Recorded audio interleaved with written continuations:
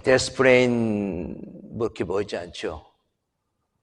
데스프레인의 식당이 최근에 하나 생겼습니다.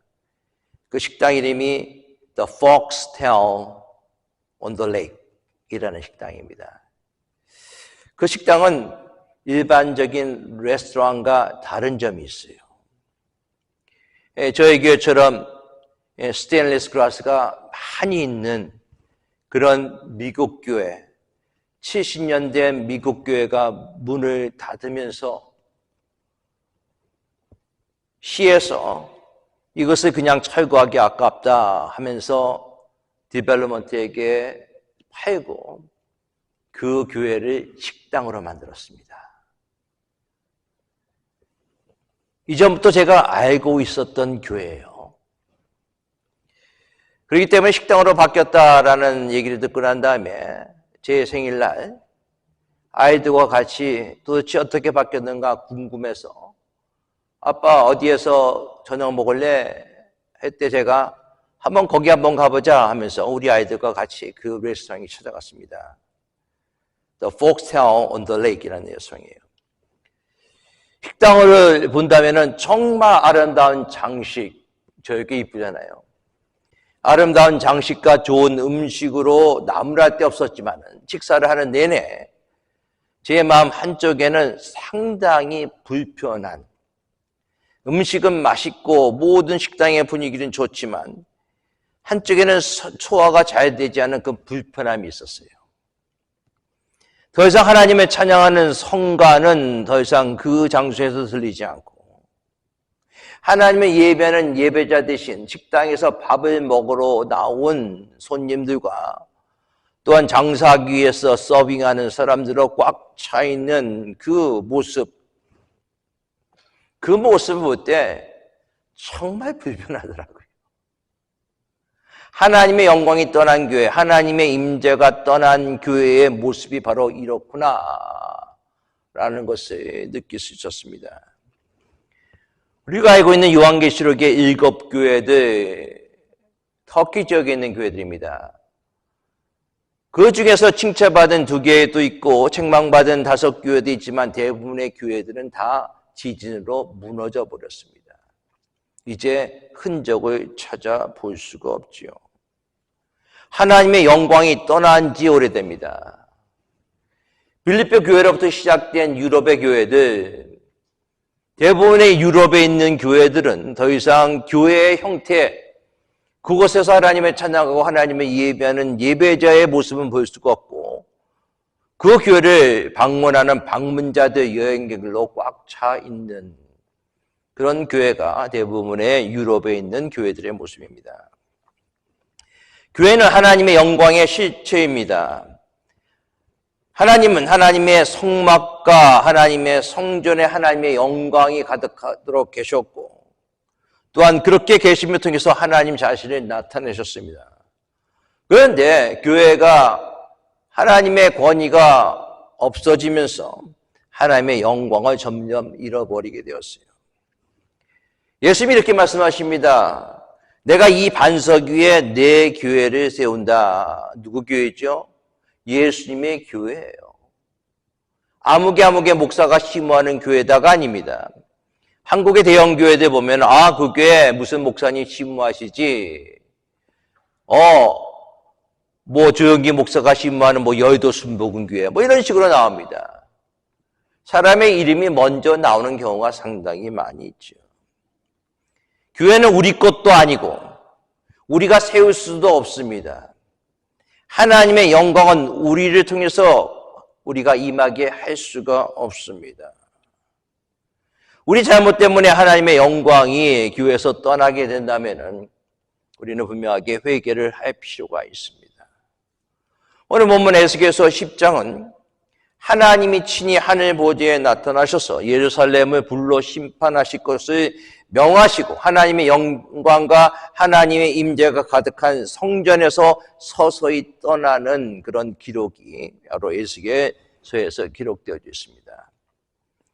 에스겔은 하나님의 심판에 대해서 얘기할 때 하나님의 영광이 떠났다라는 표현을 쓰고 있습니다. 하나님의 축복이라고 얘기할 때 하나님의 영광이 임했다라고 표현하고 있습니다. 오늘 본문인 에스겔 10장 18절 19절에 보면은 하나님의 영광이 하나님의 성전의 출입문인 동쪽 문으로 이동해 가셨다라는 사건이 나오고 있습니다. 18절 말씀 봅니다.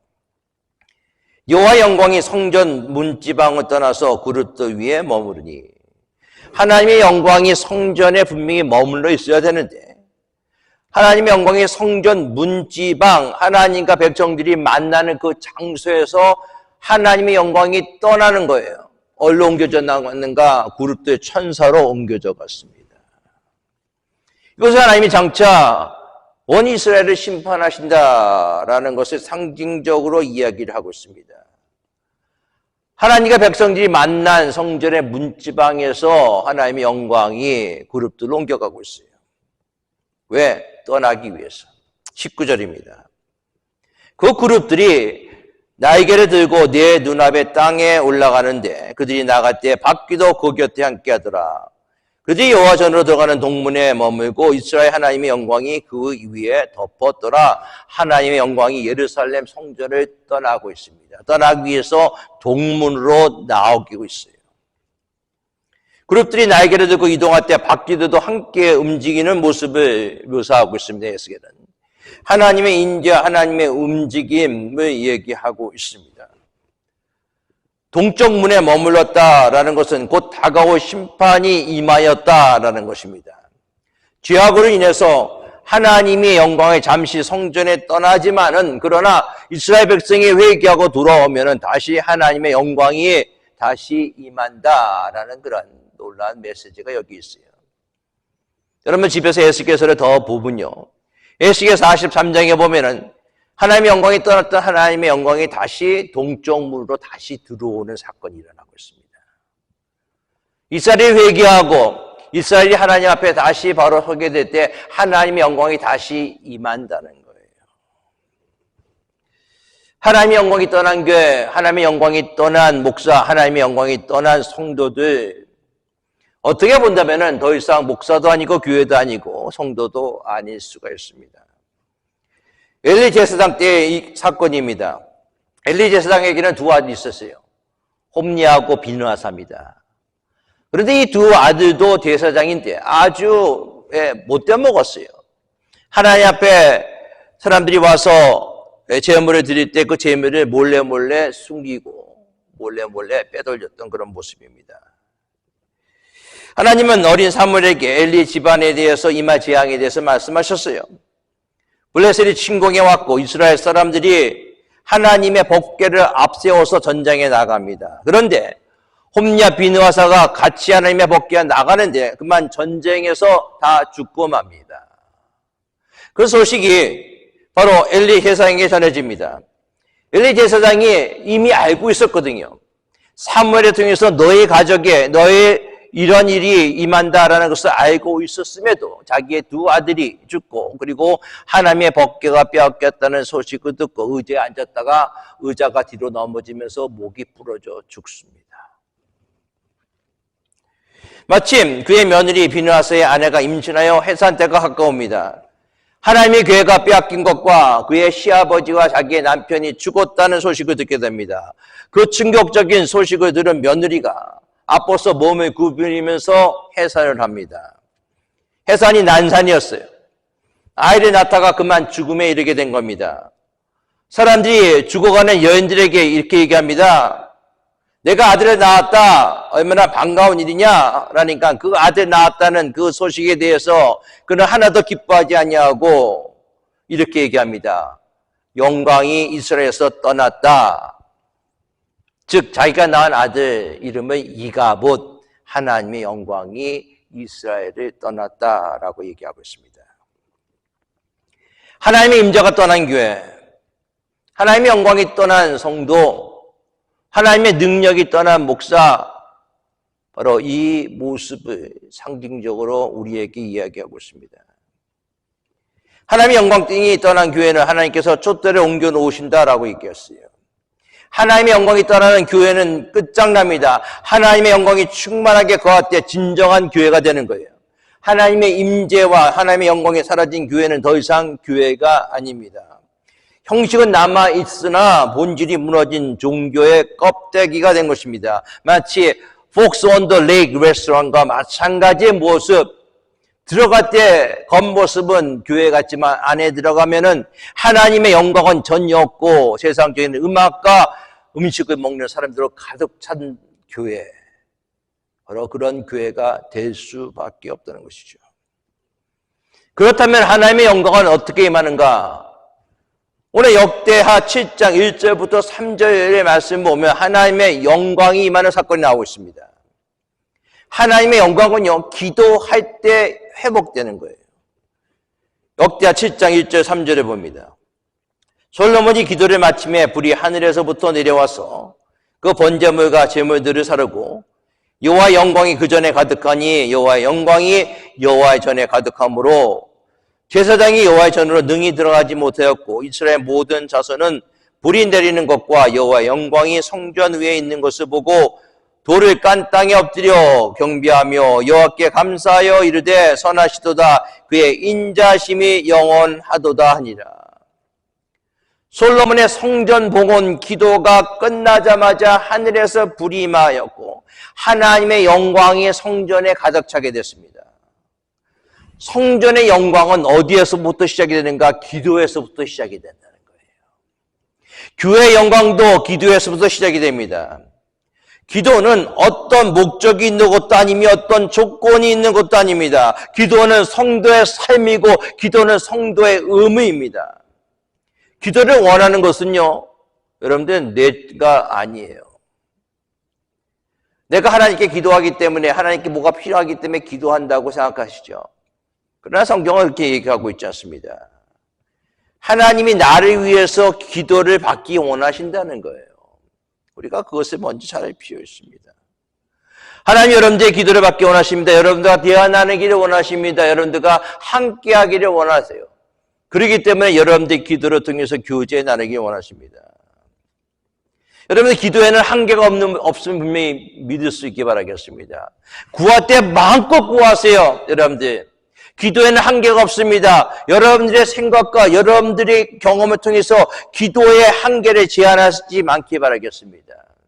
하나님께 구할 때 넉넉히 주시는 하나님을 바라보고 기도할 수 있기를 바라겠습니다. 이런 기도를 드릴 때 하나님의 영광 받으시고 교회는 영광으로 가득 차게 되는 거예요. 솔로몬의 성전을 향해서 봉헌하면서 무릎 꿇고 하늘을 향해서 손을 펴고 기도합니다. 바로 역대하 6장 말씀에 나오고 있어요. 기도할 때 손을 들고 이렇게 기도합니다. 들으소서 들으소서 하면서 기도합니다. 13번이나 들으소서 들으소서 하면서 기도하고 있습니다. 그리고 13번째로 이렇게 기도했습니다. 역대하 6장 39절 40절이에요. 주는 계신 곳 하늘에서 저희의 기도와 강구를 들으시고 저의 일을 돌아보시며 주께서 득제한 주의 백성을 용서하옵소서. 나의 하나님이여 이제 이곳에서 하는 기도에 눈을 들으시고 귀를 기울이소서. 그 기도에 대해서 하나님이 이렇게 응답하셨습니다. 역대하 7장 15절 16절이에요. 이곳에서 하는 기도에 내가 눈을 들고 귀를 기울이리니 이는 내가 이미 이전에 택하고 거룩하게 하여 내 이름으로 여기 영영이 있게 하였습니다. 내 눈과 내 마음이 항상 여기 있으리라. 얼마나 귀한 말씀입니까? 여러분이 하나님께 기도할 때 하나님이 들으신다는 거예요. 하나님이 만나주시기를 원하신다는 것입니다. 하나님이 여러분들 기도를 이미 응답하여 주셨음을 믿으시기 바라겠습니다. 여러분들 교회는요, 하나님을 만나보는 것이에요. 하나님의 음성을 듣는 것입니다. 하나님께 또 음성을 아뢰는 것입니다. 특별한 위기 때 하나님 앞에 나아가서 음성으로 하나님께 아뢰는 것이 교회입니다.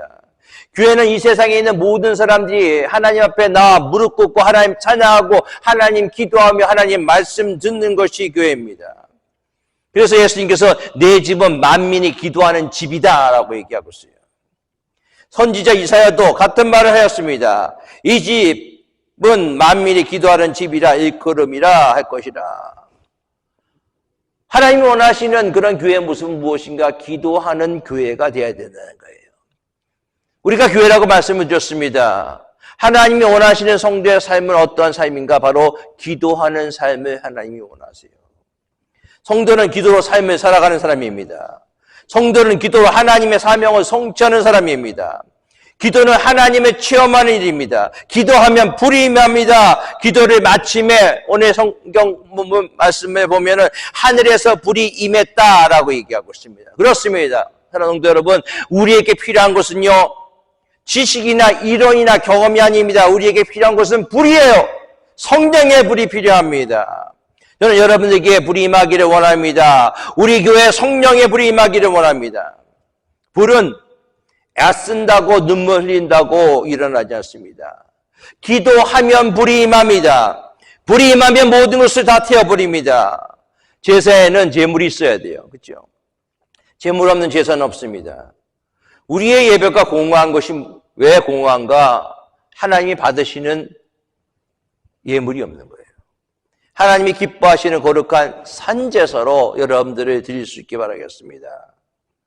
하나님이 불로 제물을 다 태우고 나니까는 하나님의 영광이 드러나는 거예요. 여러분들 신앙의 클라이맥스는 하나님의 영광입니다. 하나님의 영광이 하늘에서부터 임하기 시작했는데 얼마나 강하게 임하든지 제사장들이 성전에 감히 들어가지 못하였다라고 얘기하고 있어요. 여러분들 오늘 우리에게 이러한 놀라운 일이 일어나기 원합니다. 선한 목재 교회에 그런 일이 일어나기 원합니다. 이 장소에 올 때 하나님의 영광이 가득 차서 너무나 두려운 마음이 너무나 기쁜 마음에 내가 이 성전에 들어가기를 머뭇머뭇거리며 하나님의 영광 때문에 죄인된 우리가 이 교회에 들어가기를 머뭇머뭇거리는 놀라운 하나님의 영광이 우리 선한 목자 교회에 임할 줄 믿습니다. 엘리야는 450명의 바알 선지자와 대결을 합니다. 바알 선지자들은 짐승을 잡아서 몸에 상처를 매면서 하루 종일 소리 질렀습니다.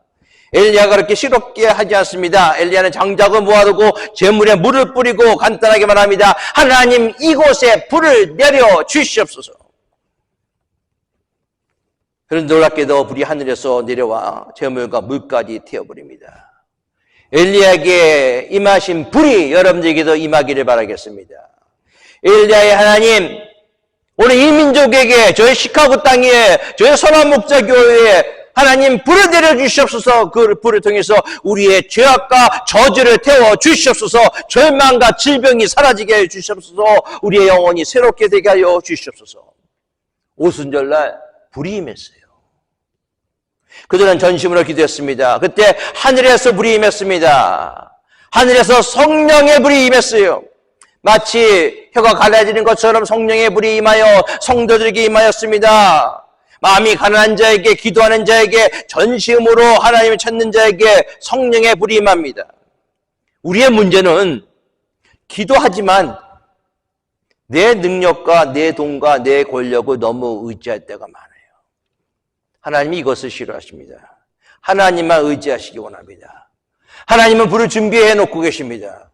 저는 여러분에게 불이 임하기를 원합니다. 상한 갈대를 꺾지 않으시고 꺼져가는 등불도 끄지 않으시는 하나님께서 우리에게 다시 불을 통해서 우리를 살려주실 것입니다.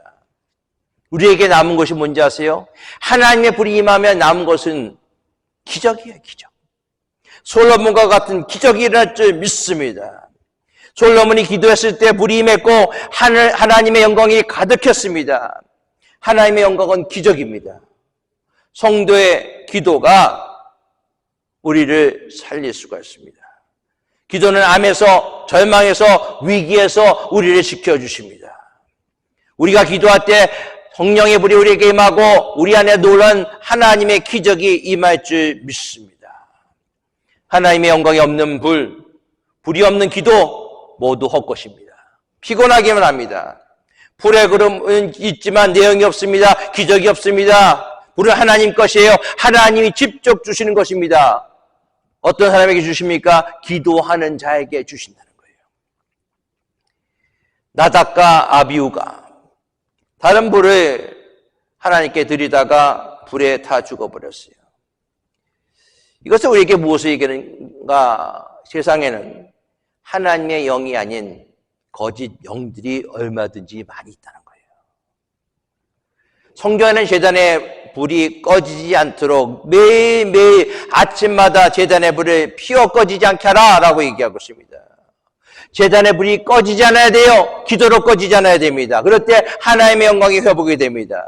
그런데 그 하나님의 영광은요, 모든 사람이 다 볼 수가 있어요. 오늘 성전의 영광이 가득하고 찬란하여 제사장도 들어가지 못하고 모든 백성이 다 보았다라고 얘기하고 있습니다. 성전의 영광은 모든 사람이 보고 알게 되었어요. 여러분 삶 가운데서 하나님의 영광이 임하게 되고 하나님의 영광이 회복이 될 때 모든 사람들이 여러분들의 모습을 보고 하나님을 볼 수 있음을 믿으시기 바라겠습니다. 우리 교회가 영광이 회복이 될 때 온 백성이 보게 될 것이고 알게 된다는 거예요. 교회 영광이 회복이 되면 백성들이 칭찬하게 될 것이고 믿지 않는 사람들이 몰려오게 될 것이고 바로 이 시대를 변화시키는 그런 교회가 될 줄 믿습니다. 오늘날 교회의 위기는 하나님의 영광을 잃어버린 거예요. 왜 교회가 손가락질 받을까요? 건물이 없기 때문에요? 아닙니다. 돈이 없기 때문에요? 아니에요. 어떤 목사님은 좋아하더라고요. 교회가 합병했는데 돈이 많이 들어왔다고 좋아하더라고요. 돈이 없기 때문에? 아닙니다. 성도가 없기 때문에요? 아니에요. 오늘날 교회의 위기는 경건과 거룩이 없기 때문에 그렇습니다. 하나님의 영광을 잃어버리기 때문에 이 세상을 둘러왔더라도 하나님의 영광을 찾아보기 힘든 시대에 우리가 살아가고 있어요. 세상도 그렇고 심지어 교회와 성도들 모아도 하나님의 영광을 보지 못하는 경우가 많이 있습니다. 교회는 하나님의 집입니다. 교회는 거룩한 곳입니다. 교회는 하나님의 백성들이 하나님께 예배드리며 영광을 돌리는 곳입니다. 하나님은 이 교회를 통해서 은혜를 베풀어 주십니다. 그렇기 때문에 교회는 하나님의 임재 가운데 속에서 하나님의 영광을 드러내는 것이 교회의 모습이 되어야 돼요. 아까도 말씀드렸지만은 우리 주님께서는 베드로가 반석이고 그리고 내 교회를 그 위에 세운다라고 얘기합니다. 음부의 권세가 이기지 못하고 천군 열쇠를 내게 주리니 내가 땅에서 무엇인지 매면 하늘에서도 매일 것이고 내가 땅에서 무엇인지 풀면 하늘에서도 풀리리라 말씀하셨습니다. 예수님이 이 땅에 교회를 세우셨습니다. 예수님이 선한 목자교회를 세우셨습니다. 이승환 목사가 세운 게 아니에요. 이 교회는 음부의 권세를 이긴다고 했습니다. 천국의 열쇠를 주셔서 주의 이름으로 무엇을 구하든지 응답해 주시겠다고 주님이 약속하셨습니다. 그렇기 때문에 교회가, 모든 교회가 이 땅의 희망이고 이 땅의 구원의 역할을 감당해야 된다는 거예요. 이것을 하게 될 때 교회는 하나님의 영광으로 충만하게 될 것입니다. 이 세상은 교회와 성도들을 바라보고 있습니다. 성도들이 말로는 사랑하라고 하면서도 사랑하지 못하고, 감사하라 하면서도 감사하지 못하고, 겸손하라 하면서도 겸손하지 못하고, 정직하라 하면서도 정직하지 못한 것들을 세상 사람들은 보고 있습니다. 오늘날 교회가 그 본질의 영광을 드러내지 못하고 있음을 세상 사람들은 보고 있습니다. 그렇기 때문에 우리는 다시 한번 하나님의 영광이 회복이 되어야 돼요. 하나님의 영광이 임하는 교회는 치료와 회복의 역사가 일어납니다. 영적으로 패배했을 때 회개하고 돌아와 주의 이름을 인정하고 은혜를 구할 때 그들의 죄를 사시며 하나님의 은혜 안으로 돌아오게 하는 역사가 일어날 줄 믿습니다. 하나님의 영광이 임하는 교회는 세상에서 실패하고 상처받은 자들이 교회에 나와서 치유되고 회복되는 교회가 될 줄 믿습니다. 하나님의 영광이 임하는 교회는 세상에서 병든 사람들이 그 교회에 올 때 그들의 마음과 영혼과 그의 육신의 질병이 치유되는 교회가 될 줄로 믿습니다. 하나님의 영광이 임할 때 우리 가정이 살 줄 믿습니다. 하나님의 영광이 회복이 될 때 우리의 나라와 우리의 민족이 살 줄 믿습니다. 하나님의 영광이 회복이 될 때 다시 시카고 땅이 하나님의 말씀으로 충만하게 채워질 줄 믿습니다. 이런 놀라운 축복들이 여러분들 가정에, 그리고 저희 선한 목자교회에게 임하기를 우리 주 예수 그리스도의 이름으로 간절히 축원합니다. 기도하겠습니다. 하나님의 영광이 임하는 교회, 하나님의 영광이 회복되는 교회, 하나님의 영광 돌리는 교회, 하나님의 영광이 나타나는 교회, 그 교회가 바로 선한 목자교회와 그에 속한 모든 성도들이 될 줄 믿습니다. 주여, 하나님의 영광을 우리 삶 속에서 다시 회복시켜 주시옵소서. 우리 주 예수 그리스도의 이름으로 기도드리옵나이다. 아멘.